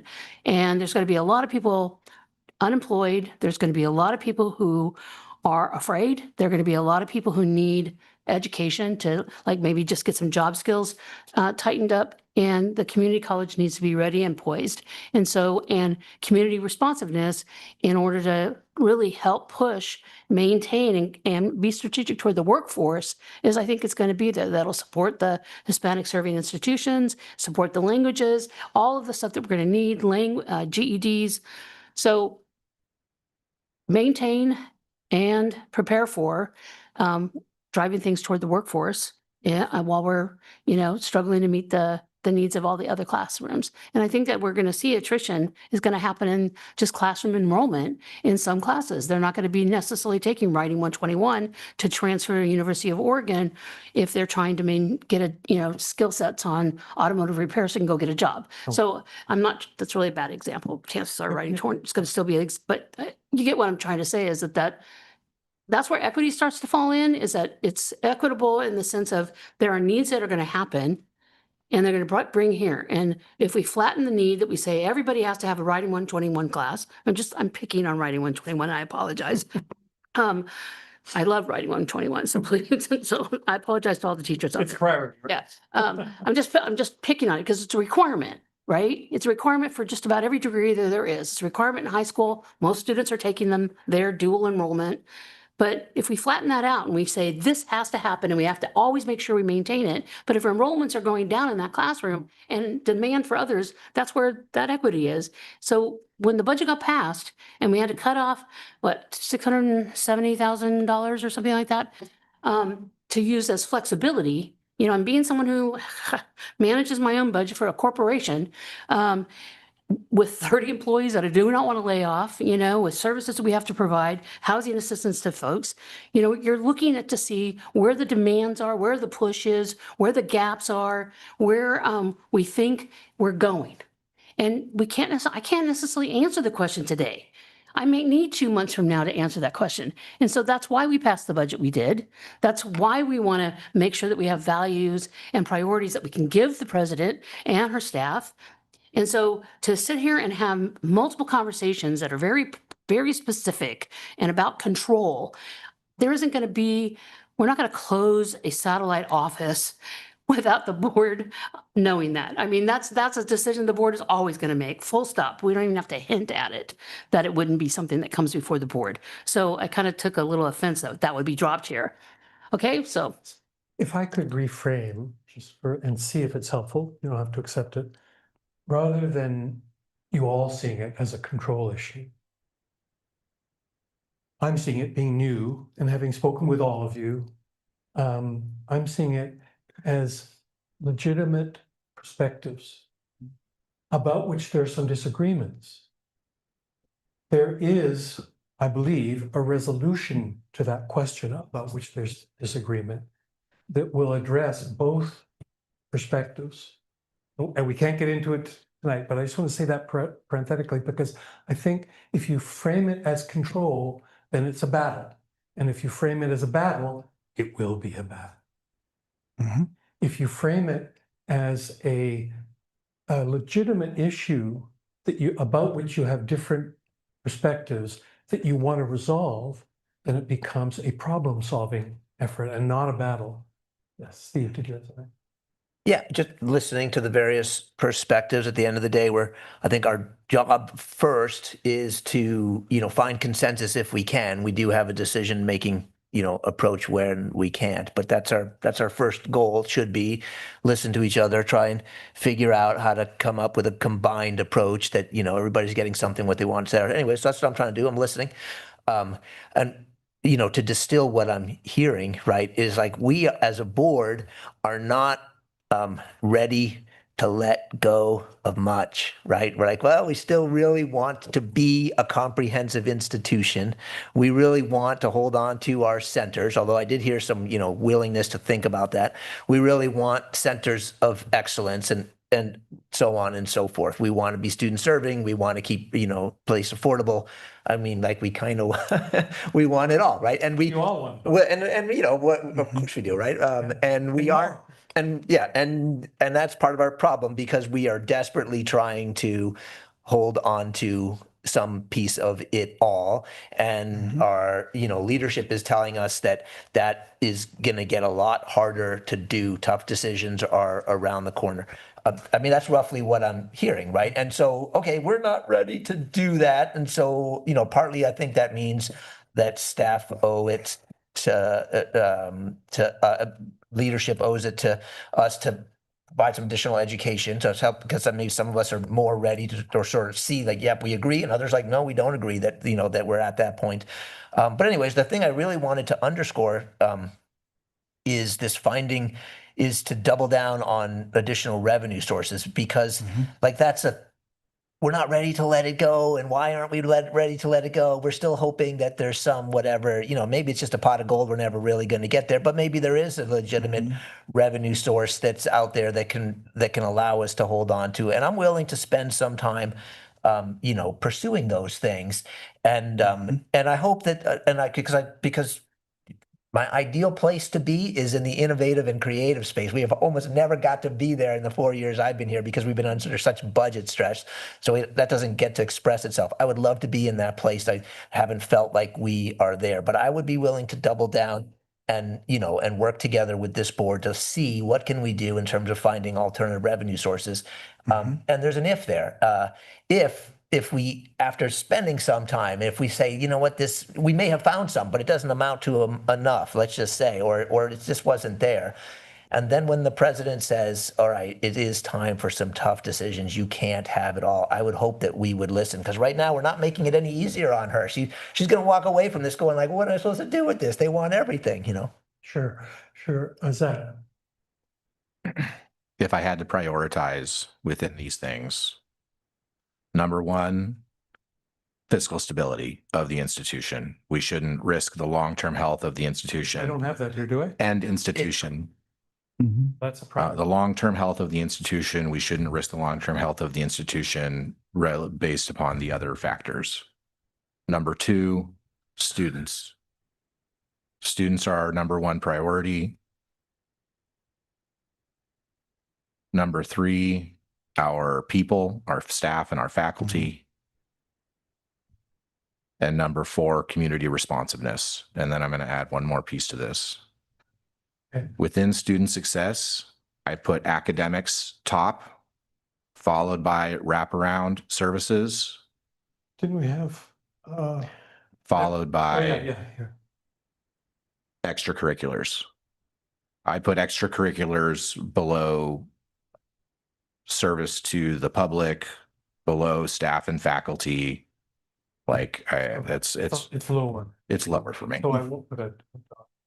But what both of you have spoken to is that long-term stability, which means there's a priority in that one of the ways against which you can measure a decision is what is possible effect on being able to recover later, because you're in this hard period now, but you hope and expect to be in a healthy position 3 or 4 or 5 years from now, and you want to minimize the amount that any decision now will be harder to recover from at that point, that you don't want to undercut some critical structural components of the institution in its identity and in its function, is I think what I'm hearing both of you say, that's one way to think about a decision.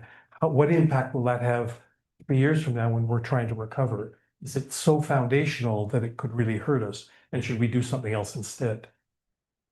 That's just what I'm hearing, but Austin. Oh, no. I'm digesting.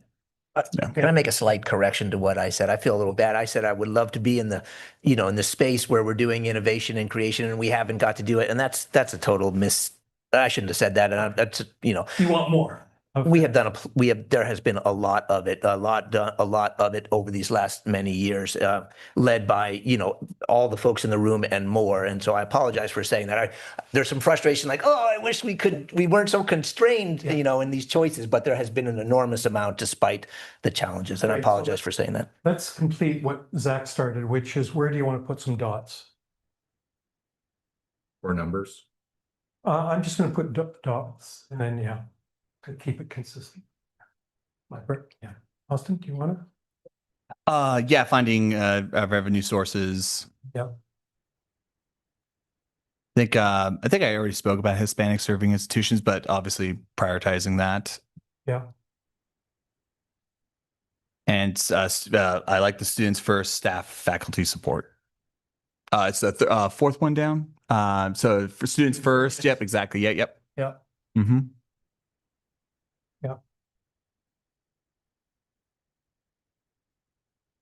Zach, you did. Oh gosh, I just said that I don't want to have to choose, and now you're going to make me choose. But I think it's our job, so I'll.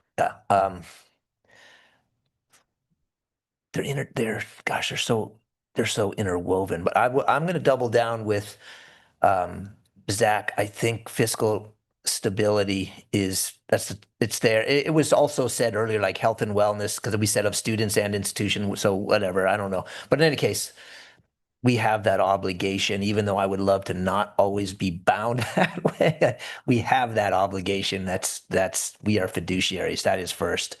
Then I'd go to the students first bit, and of course now I just said they're second essentially, but whatever. But the fiscal stability is first. Future students have to think about too. Thank you. Yeah, I just said fiscal stability first and then students first. That doesn't make any sense. Yeah.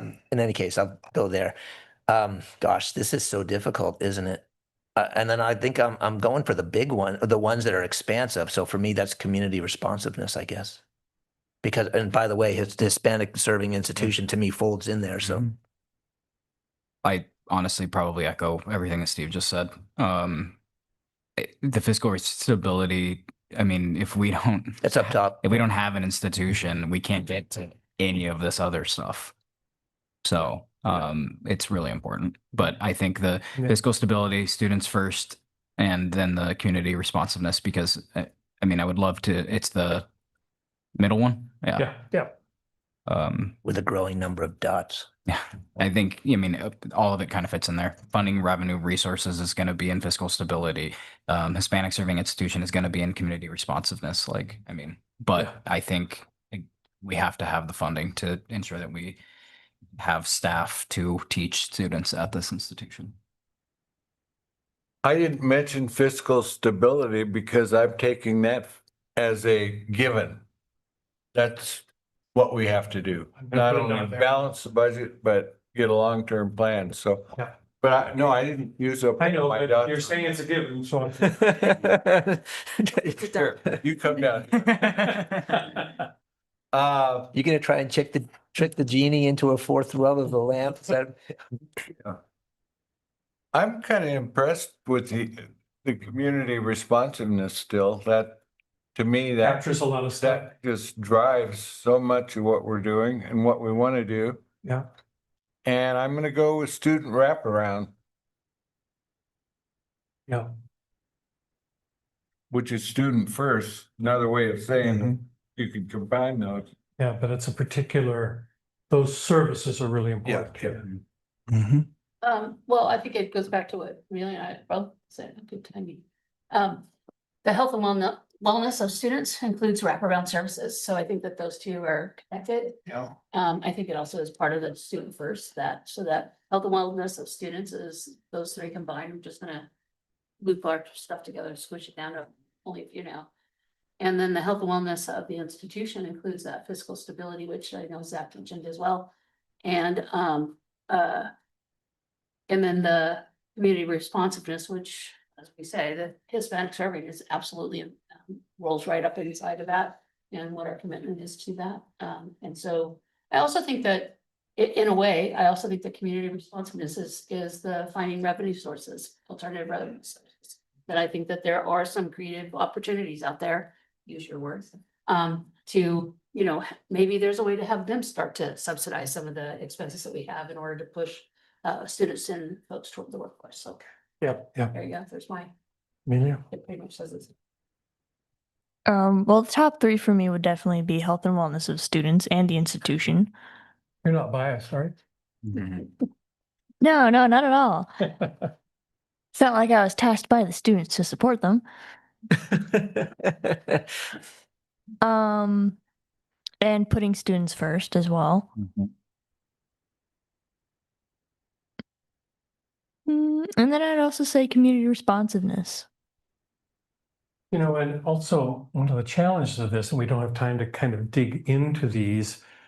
What does it mean, students first? Well, you'll still be measuring somehow whether a decision does seem to put them first.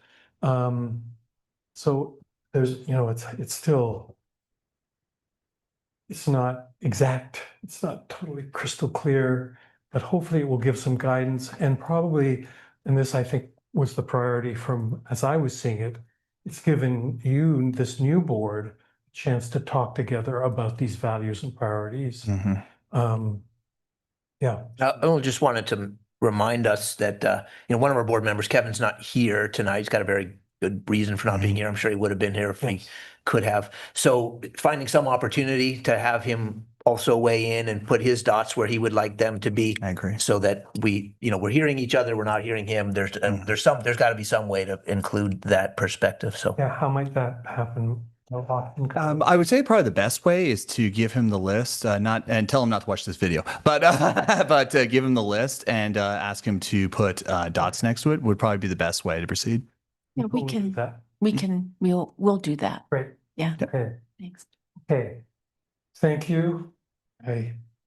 Yeah. So next, yes. Can I summarize one thing just based on everything on this list out of curiosity to see if I can compartmentalize, and y'all know I'm A to Z kind of person.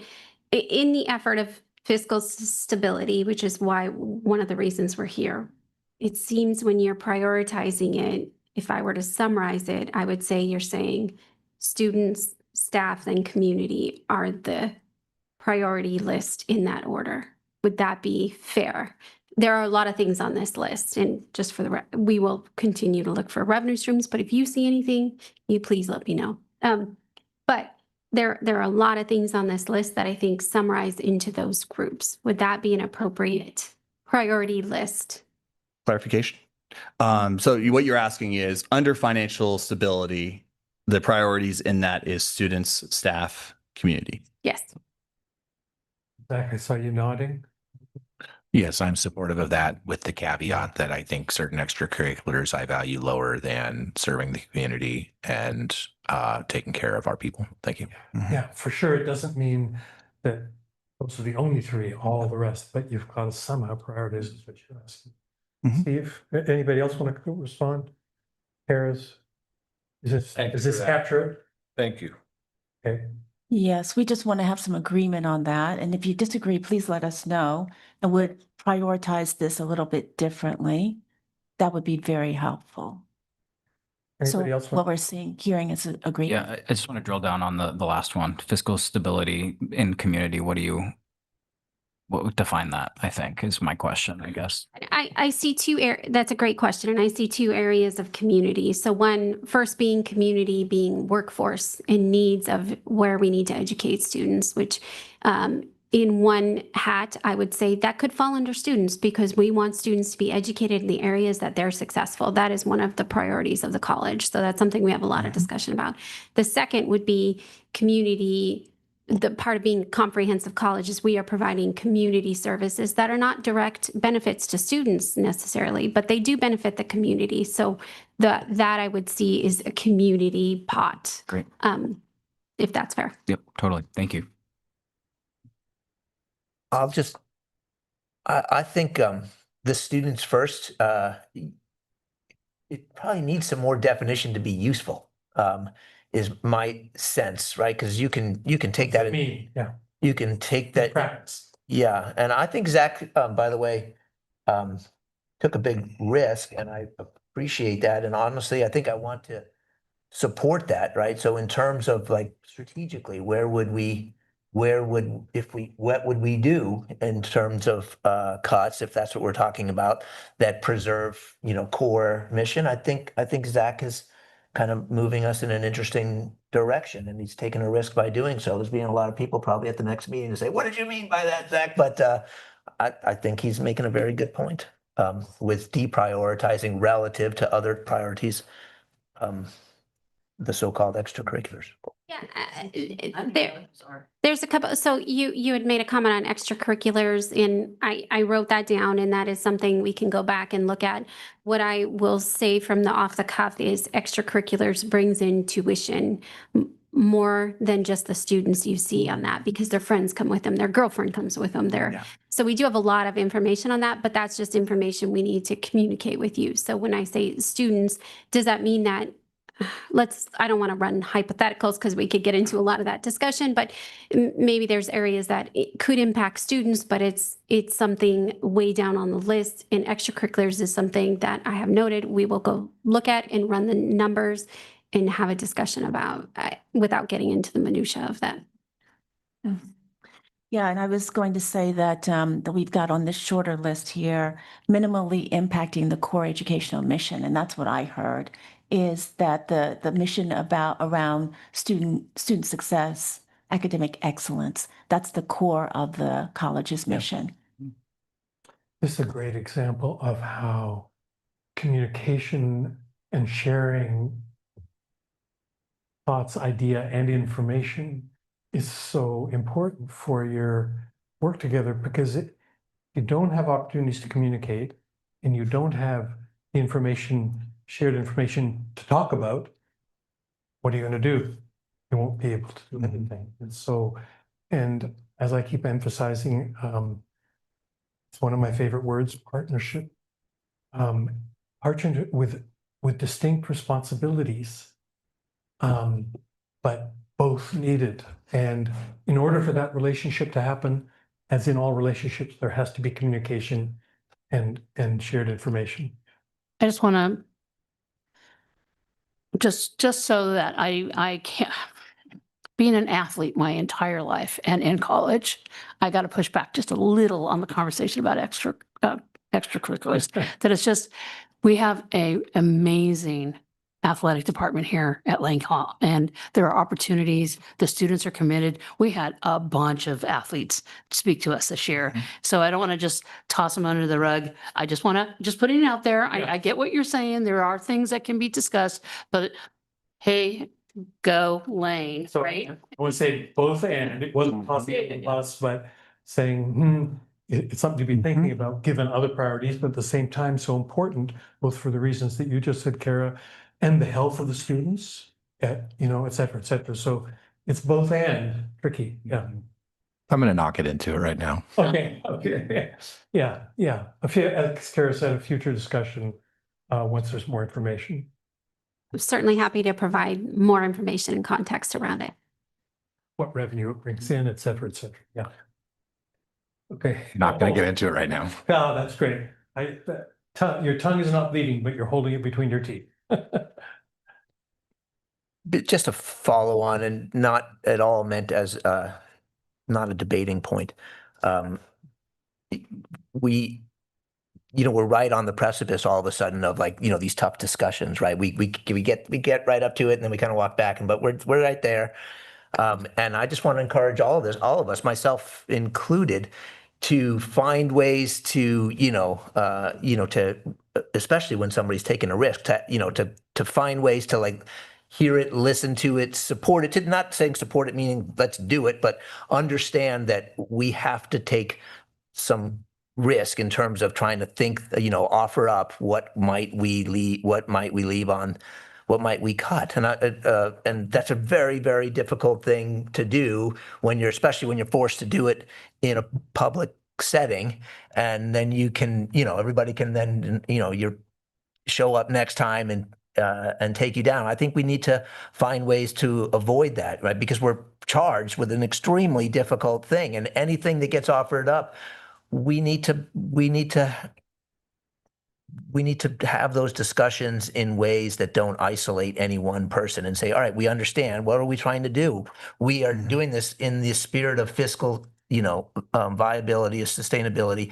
We're trying to make some difficult decisions. We have to find ways to talk about it that don't just push everybody back to their corners or isolate folks. And I just say that as a general thing across the board. It's not meant at anybody in particular, because we're all that's the only way we're going to make any progress, right? Is to, like, take those risks and recognize so-and-so just put something out there. Let's find a way to, like, discuss it. I hear you asking that as a kind of a commitment. I'm not. I guess so. And I'm putting myself in there too, because it's really easy to be like, hey, that sounds like something I really like. I'm going to go right after you. Well, we got to not do that, because we mostly just said across the 7 of us, we want it all, right? But one of you mentioned, I don't remember who it was, and even if I did, I wouldn't say who it was, mentioned the term, the importance of attitude. And what I hear you saying is, assumption of positive intent, respecting the perspective of the other, and assumption of positive intent has to be corresponded by coming with positive intent, that transparency, honesty, integrity, all of that. So, yeah, Austin. Absolutely. Assuming positive intent of all parties, essentially. What's cool about our institution, and particularly that can help us with a lot of these different categories, especially around fiscal stability, is our shared governance process, part of which is our budget sub-development. Sorry, I might misquoted the title of that, the budget sub-development committee, which includes the administration, staff, students, and they come together, yes, for the purposes of developing the budget, but also they would be a great resource to help give us tools to look at different options and opportunities in these different categories. So that's just something that I think could be beneficial for us as an institution. It's really great to have that, and I just want to encourage the use of it. So it's 7 o'clock. We need to stop. The last piece on the agenda, I thought, and we don't need to do it if you don't want, but I was just thinking, we're going into a retreat, and there were 2 pieces that I thought might be interesting for you. One is, what are your hopes and aspirations for the retreat in positive terms? What do you want to achieve as a board? And 2, are there any commitments you want to make to each other about, and this speaks a little bit to what you were saying, Steve. I said it sounded like a commitment you're asking. What commitments would you like to make to each other about how you're going to engage with each other? What commitments do you want to ask of each other as a request? So we just go around. If you want to pass, that's fine. Those 2 questions, aspirations, and what commitments either you're willing to make or you would ask of your colleagues. answer one question, second question, or just pass, and it's okay. No judgment if you decide to pass. And we can start anywhere. Anybody? I'm wide open. I'm counting on trust and goodwill between all the board members and the administration to have a fruitful discussion about how we feel we can move forward. And my goal is that we would have a smooth working board, smooth relationships between each other. Mhm. We could talk respectfully with each other, just like we were just saying, that there's an assumption. We're not questioning each other's motives. We are respectful of each other. And Mhm. I kind of have faith that this is a good board and we're gonna work together. How's that for Pollyanna? As I said to somebody in the last couple of days, better to be an optimist and wrong than a pessimist and right. My goal is somewhat, maybe a little more narrow and selfish. I'm hoping really to get an opportunity to, get to know the three new board members better, right? Because I have a sense of those of us who've been here for a year or two or three or whatever it's been. But getting to know the new folks and sort of really understanding how their thinking, their perspectives, et cetera, change the overall dynamics of the board. That's the thing I'm trying to understand. So we get to dominate? I hope Anybody not. else? Yeah, I just, that's exactly what I was going to say, was just getting to know, I mean, it's more than two people for me. It's, basically everyone here, just getting to the faculty, the administration, the staff, the board members, the institution, like just truly having a deep dive and doing it with mutual respect and an understanding of what our North Star is again. And I've said this at every meeting we've been to, that taking care of the students and the institution. So. Anybody else before we close? Zach? Yeah. Here's two things. One's very similar to yours, but one would be around the president's goals for this year. And I think we did a really good job last year of tying some numerical targets to those goals that we could all agree upon and be clear that the president had met her goals. I think we should double down on that this year. And similar to what everyone else is saying, figuring out how we can work together as a team to do the work of the college, and look forward to working with you all this year. Awesome. Yeah, I think like the key aspect is like coming together with an understanding and an assumption of positive intent from everyone involved. And I think that's really critical to our conversations and so forth.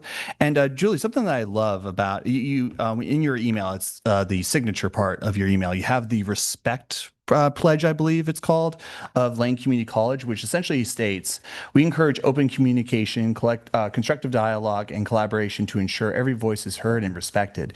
In alignment with our values, all who engage in this college pledge to treat others with respect, courtesy, and kindness. Student success starts here. And I think like embodying that as individual board members, as a board, is I think absolutely critical. And I think that if we can come out of this with reminders of why that's important, I think it's really, really a great benefit of this retreat. Well, one of my biggest goals is to just learn more in general, not only to learn more about the other board members, but to just learn like everything basically. One thing that I do ask from the rest of the board personally is just being open with me, being honest with me, and letting me ask stupid questions. Because you're never going to learn if you don't ask the dumb questions. Yeah. Anybody else? I'll join you. Okay. I I would also like permission to ask dumb questions. All people have permission to ask them questions. Yeah, exactly. Yeah. All those in favor? Yeah, exactly. Julie? No, that's all right. I have one of my core question authority was on the bumper sticker of every car I had, you know? And it was, if something doesn't feel right, question it. So, you know, sometimes that is feels dumb, but it's usually out of curiosity and a genuine inquiry of wanting to know. I actually echoed the sentiments. I want to get to know you guys better. I actually can say that now, you guys, and not feel uncomfortable about it. I don't like the term for women and men together to be called guys, but yeah, no, I usually say that, but I just said it to you guys because you're all guys, right? So I can say it. I can say it. I'm sorry, you're to my right. I just completely looked that way. Yeah, dude. All right, I gotcha. I'll remember that. Good. All right.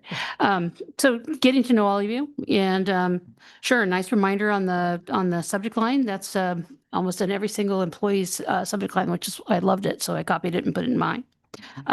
So yeah, committed to all of that. So I'm looking forward to it. Okay. Well, thank you for what you did tonight. I really appreciate it, and all the best. Appreciate it.